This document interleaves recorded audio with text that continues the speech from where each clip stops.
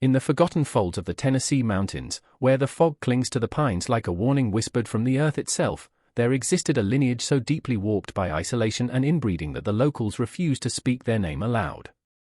For more than a century, hidden far from roads, laws, and mercy, the Caldwell clan repeated the same ritual. Daughters belong to fathers, nieces belong to uncles, cousins belong to cousins.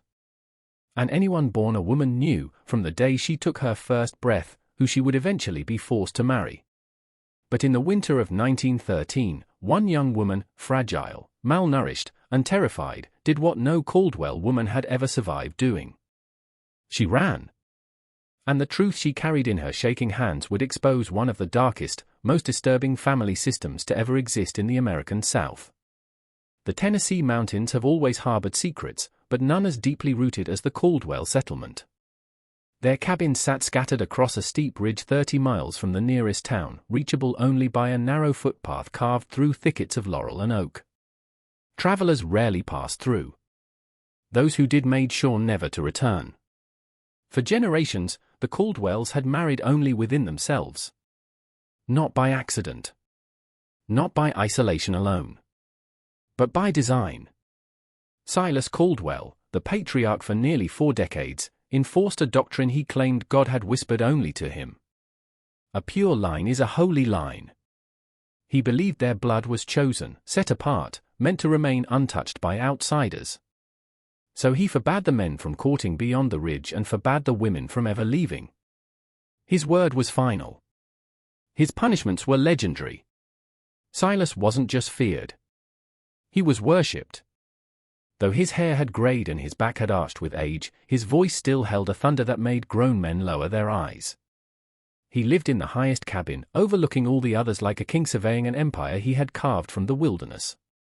Under him, the Caldwell tradition continued unchanged. A woman would be promised by age 13. Her first marriage would be to an uncle or cousin. Avalina would marry her uncle Ezekiel, a man more than twice her age, with a temper as short as his fuse and a jaw that clenched like a bear trap. Some of the women flinched. Some looked away.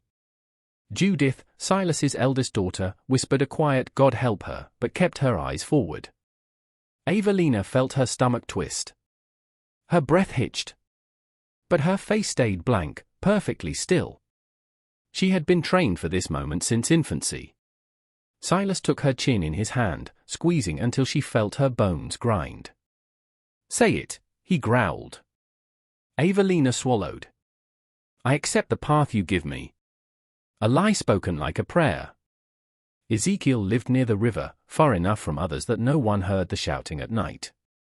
He believed a wife should speak only when spoken to and move only when allowed. Avalina slept on a straw mat near the hearth while he took the bed.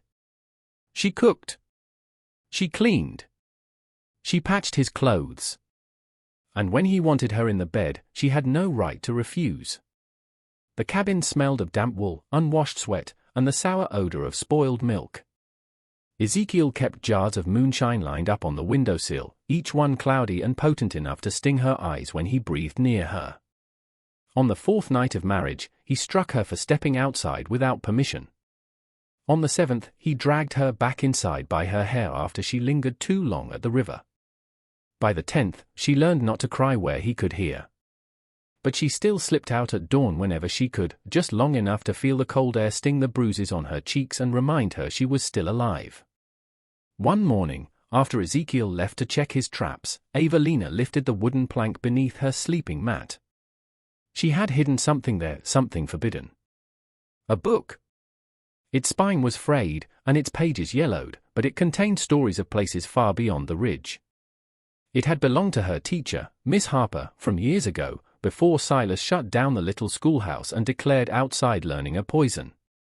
Miss Harper had cried the day she left the mountain, forced out by the patriarch's decree. Before she went, she pressed the book into Avalina's hands and whispered, "Keep this.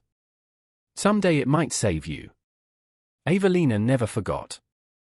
Each night, when Ezekiel snored in his drunken stupor, she read by firelight, tracing the ink with trembling fingers. Stories of cities where women walked freely. Streets lined with lamps instead of torches. Even the descriptions of ordinary things, markets, churches, carriages, felt like windows into another life. A life she had begun to imagine for herself. An imagination, in the Caldwell world, was a dangerous seed. One night, as rain hammered the roof, Ezekiel stumbled in, soaked and angry. A smear had snapped shut on his hand. Blood dripped onto the floor. He shouted for Avalina to fetch water, but she hesitated, just for a moment. A moment too long. He backhanded her so hard she crashed into the table, the corner splitting her eyebrow. Blood blurred her vision. As she knelt to clean the floor, dizzy, the thought came unbidden. If I stay, I will die here. Not quickly. Not dramatically. But slowly, piece by piece, until nothing remained of her except silence. A spark lit inside her. A spark she dared not show. But she felt it. Burning. Growing. Women in the Caldwell clan weren't allowed to speak openly. But they had learned to communicate in ways the men never noticed. A touch on the arm. A look held 1 second too long. A phrase spoken with coded meaning. Avalina learned this network through Judith. Judith was 43, worn thin by 9 births and a lifetime under Silas's thumb. But her mind was sharp, and her loyalty to the women was stronger than any fear she had of the men. When Avalina visited her one afternoon, Judith placed a hand on her wrist, just 3 fingers, lightly. A signal. We need to talk. Inside, Judith moved slowly, speaking while kneading bread, her voice low enough not to carry outside. Ezekiel will not be your only husband, she said. Silas has plans. Avalina felt her blood freeze. Plans? Jeremiah next. Then Isaac if he lives long enough. Avalina's breath stuttered. 3 husbands. Most of us have had 4. Judith's smile was soft, but her eyes held a lifetime of buried screams. She motioned to her children, 5 of them inside the cabin, all cousins of one another in more ways than one. 2 had eyes that never focused. 1 walked with a twisted leg. Another coughed until he turned blue. This is what Silas calls a purity. Avalina pressed a hand against her stomach, nausea churning. Judith squeezed her fingers. There's a darkness in our blood now, child. And we're the ones paying the price. Avalina hesitated, then whispered a confession. I have a book. From Miss Harper. Judith's eyes widened, not with fear but with recognition. That's why Silas watches you, she murmured. He knows something in you isn't broken. Avalina felt tears blur her eyes. Judith gently wiped them with her apron. Don't let him break it. Snow began falling early that year, coating the ridge in a blanket so thick Avalina often woke to frost on her blankets. Food grew scarce. Tempers shortened. The men drank more, and the women moved like ghosts. But Avalina's spark, the one buried deep inside, only grew brighter. She began paying attention to the patterns. When Ezekiel left. How long his trips took. Where Silas's patrols passed. Which nights the men gathered and which nights they slept heavy from drink. Which cabins had food stores that might go unnoticed. And most importantly, when the path to town was least guarded. She had no plan yet. Only possibilities. But possibilities were more hope than any Caldwell woman was supposed to have. And hope, once ignited, is nearly impossible to extinguish. The winter that changed everything. By early January, the winter of 1912 to 1913 had become one of the coldest the ridge had ever seen. The river froze so deeply Ezekiel had to use an axe to break through it for water. Animals vanished from the woods. The traps stayed empty. Even the sound of birdsong disappeared, leaving the mountains eerily silent, as if nature itself were holding its breath. Inside the cabin, Avalina wrapped herself in every scrap of cloth she owned. The wind howled through the cracks between the logs, turning her fingers numb even as she stirred the morning cornmeal. Ezekiel spent most days cursing the snow, stomping across the floorboards, slamming cupboards, blaming Avalina for things she couldn't control: his hunger, his boredom, the broken traps, the bitter cold. There were nights he returned half-drunk and furious, knocking over chairs and kicking the firewood across the room. Avalina endured it in silence. But underneath that silence, something new was growing. Her body felt different. Her stomach ached in waves. She woke nauseous, dizzy, unable to keep down half the meals she forced herself to swallow. At first she blamed the cold or the mildew in the cabin. But after 3 missed cycles, dread settled inside her like a weight. She knew. She didn't want to believe. But she knew. There was life inside her. Not a miracle. Not a blessing. A consequence. A consequence she feared more than Ezekiel's fist, more than Silas's punishments, more than death itself. The fear of what her child might be. Most Caldwell pregnancies ended in silence. The women rarely spoke of them, but Avalina had seen enough to understand. Babies born with limbs too short to move. Babies who couldn't swallow. Babies whose eyes never opened. Babies who lived only hours.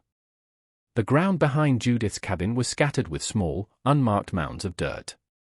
Avalina thought of that as she sat by the fire, hands resting on her stomach, mind racing.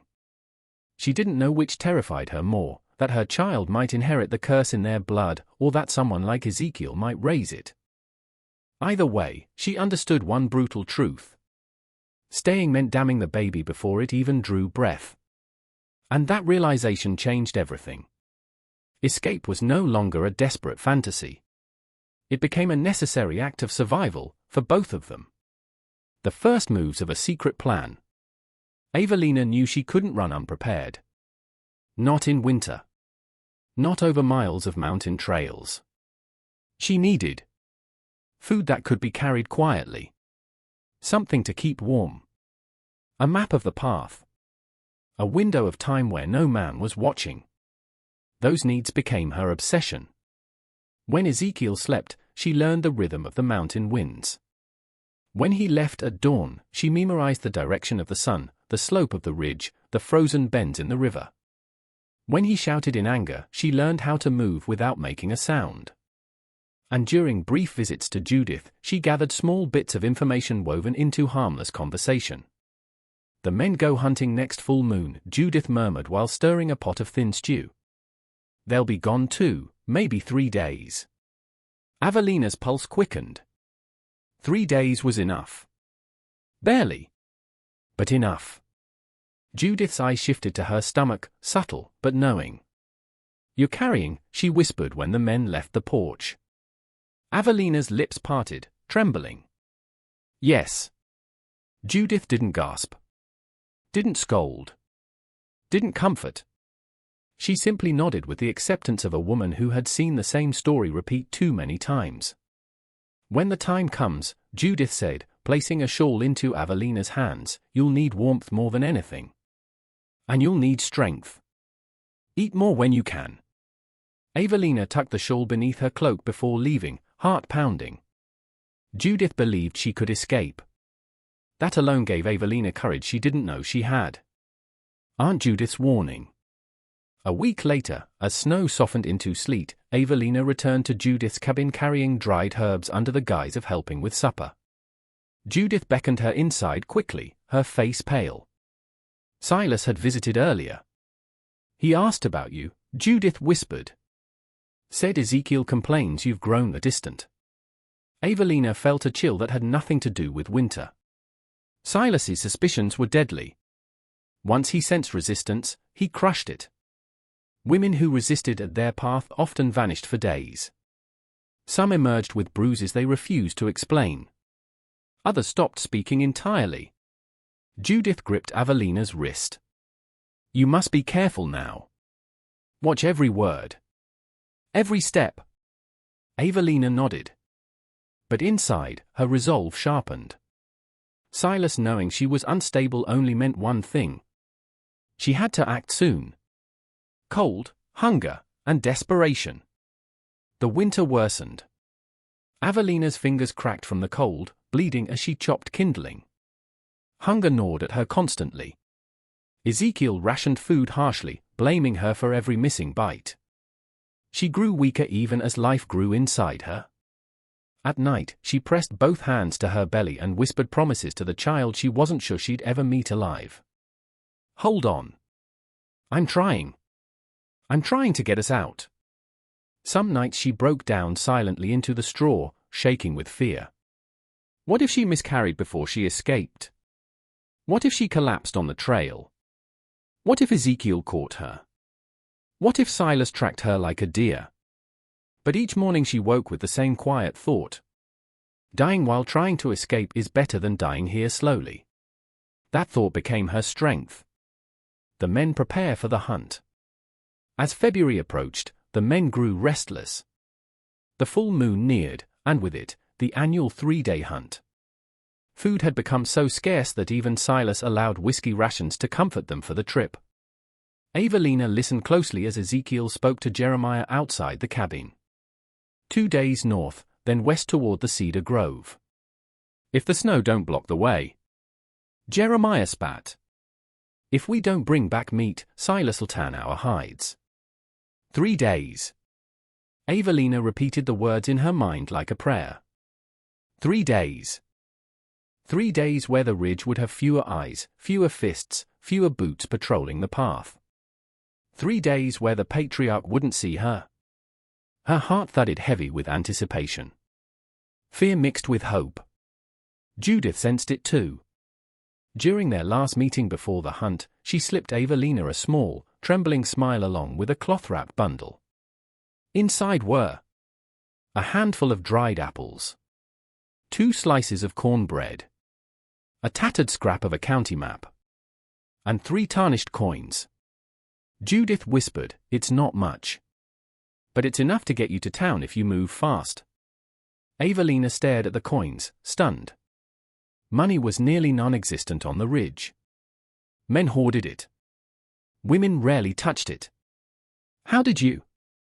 Judith shook her head sharply. "Don't ask. Just take it." Avalina swallowed hard.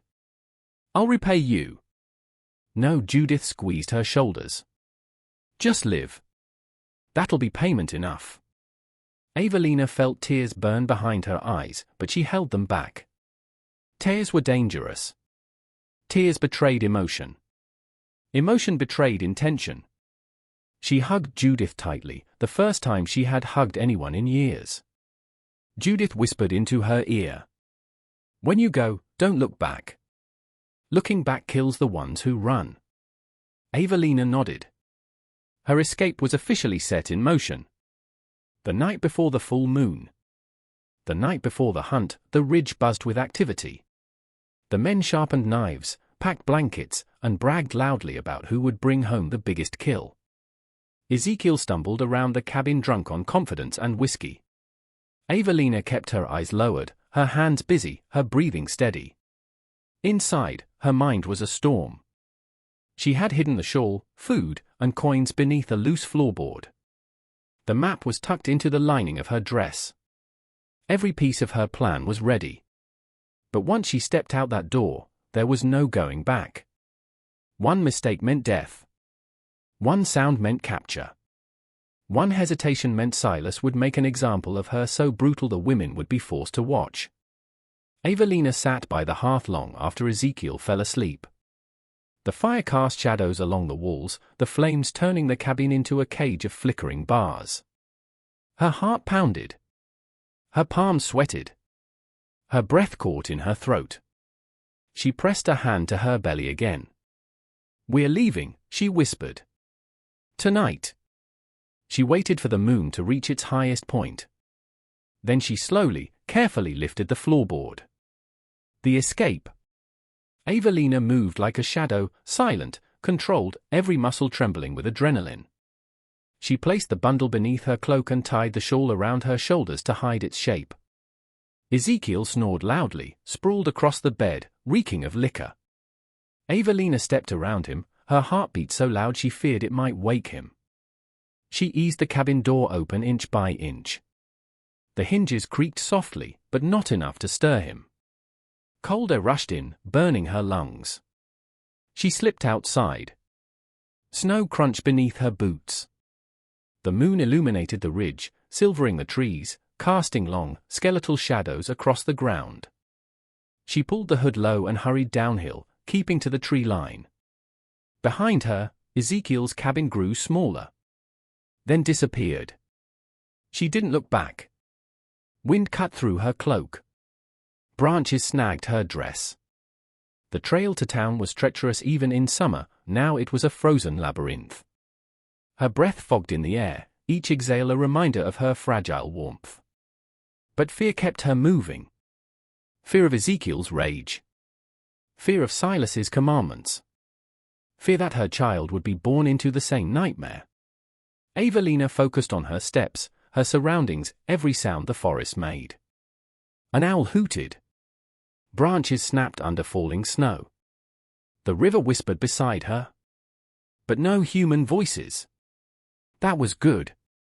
She needed it to stay that way. The descent into the lower ridge. As she reached the lower ridge, Avalina's legs began to ache. Her breaths came in short bursts. The snow deepened, slowing her pace. The cold seeped into her bones despite the shawl Judith had given her. She stumbled twice. The first time, she caught herself. The second, she fell to her knees, gasping as panic flared. She looked up at the sky. Clouds were rolling in, heavy, dark, swollen with snow. A storm. Avalina forced herself up, gripping a nearby branch. "I can't stop," she whispered. "I can't." Each step became a battle. Each breath, a victory. Each heartbeat, a reminder she was still alive. She reached the edge of the ridge just as the first flakes of the storm began to fall. Wind whipped her cloak. Snow stung her skin like needles. Her vision blurred. But ahead, through the swirling white, she could faintly see the distant outline of the valley road. The road that led to Rogersville. Town. Safety. Freedom. She just had to get there before the storm buried the path, or before the men discovered she was gone. The longer the investigators remained on that land, the more they sensed that the family's silence wasn't simply fear, it was conditioning. Generations had grown up believing the outside world was a threat, that strangers brought ruin, that their only safety lay in loyalty to the bloodline that built the home around them. As one officer later recounted in a private debriefing, talking to them felt like speaking to people who lived in a different century. They had rules, rituals, and ideas about family that had never stepped outside that yard. The deeper the team dug into those rules, the more unsettling the truth became. Journals found in a locked trunk described a tradition spanning almost a century, a belief that purity came from keeping blood strong, a twisted ideology that echoed through each new generation. Names repeated across multiple branches of the tree, the same first names, the same surnames, recorded over and over until the family line looped back onto itself like a snake consuming its own tail. One investigator spent hours trying to map out the family relationships on paper. By the time he finished, the page looked like a maze of intersecting lines and circles, many connecting siblings, cousins, nieces, nephews, even direct parent-child pairs. He recalled feeling a numbness wash over him. "I wasn't looking at a family tree," he said. "I was looking at a closed ecosystem collapsing in on itself." As authorities continued questioning the children, it became clear the consequences were more severe than anyone had initially reported. A 14-year-old boy struggled to stand upright, his spine twisted from birth. A young girl spoke with a slurred, dragging cadence, the result of malformed jaw structures. Others displayed developmental delays or difficulty processing simple instructions. A medical team from the county hospital soon arrived, and what they observed left them visibly shaken. Each child was photographed, documented, and examined with the care usually reserved for victims of long-term captivity. But in this case, the captors and the victims lived under the same roof, sharing meals, sharing chores, sharing the same warped belief that their way of life was normal. As one doctor quietly told the lead agent, these kids never had a chance. The damage started before they were even born.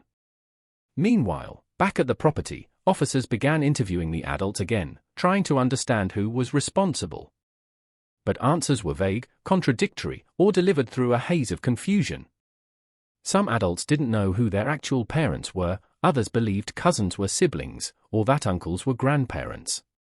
The family structure had dissolved into a blur, a tangle of relationships that no one inside the home fully understood anymore. The patriarch remained silent during most of the interrogation. His face showed little expression, as if he had retreated into himself long ago. When he finally spoke, it was to deliver a single, chilling sentence: "We did what we were taught. We kept to ourselves like our fathers said." To him, this wasn't deviance, it was tradition, inherited the same way one inherited land or tools. Detectives soon discovered the family's history stretched far beyond the current generation's silence.